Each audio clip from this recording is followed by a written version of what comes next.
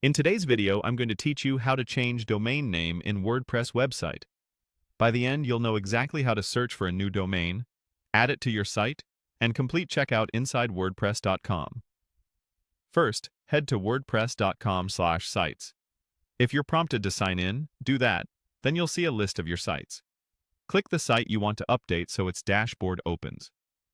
In the left-hand menu, look for Domains and open it. This is where WordPress manages the web address connected to your site. Next, click Add New Domain.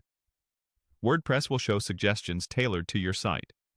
Take a moment to browse the recommended options, and check the Best Alternative tab as well. These lists can save time if a perfect match is already available. If you don't see what you want, use the search bar labeled Search for a Domain. Click into the field and type the name you're aiming for. Keep it short, easy to spell, and avoid hyphens if possible.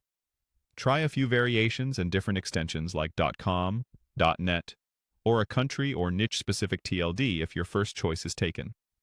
When you see a result you like and it's available, click it to select. Now click Add to Cart. Then click Continue to move to checkout. On the checkout page, review the price shown in your local currency. You can choose your billing term here: monthly, 1 year, or 2 years. Annual terms often come with better value and fewer renewals to think about, but pick the option that fits your budget and plan. Next, enter your contact information. This is required by domain registries, so make sure it's accurate. WordPress usually includes privacy protection where available, which keeps your personal details off public records. Then, pick your payment method and review the brief terms presented on the page. Check the box to confirm you agree. When everything looks good, click Continue to Payment to finalize. WordPress will process your order and connect the new domain to your site.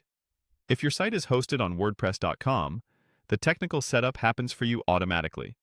It can take a short while for the new domain to start working everywhere as DNS updates propagate, so don't worry if you don't see it instantly. That's it.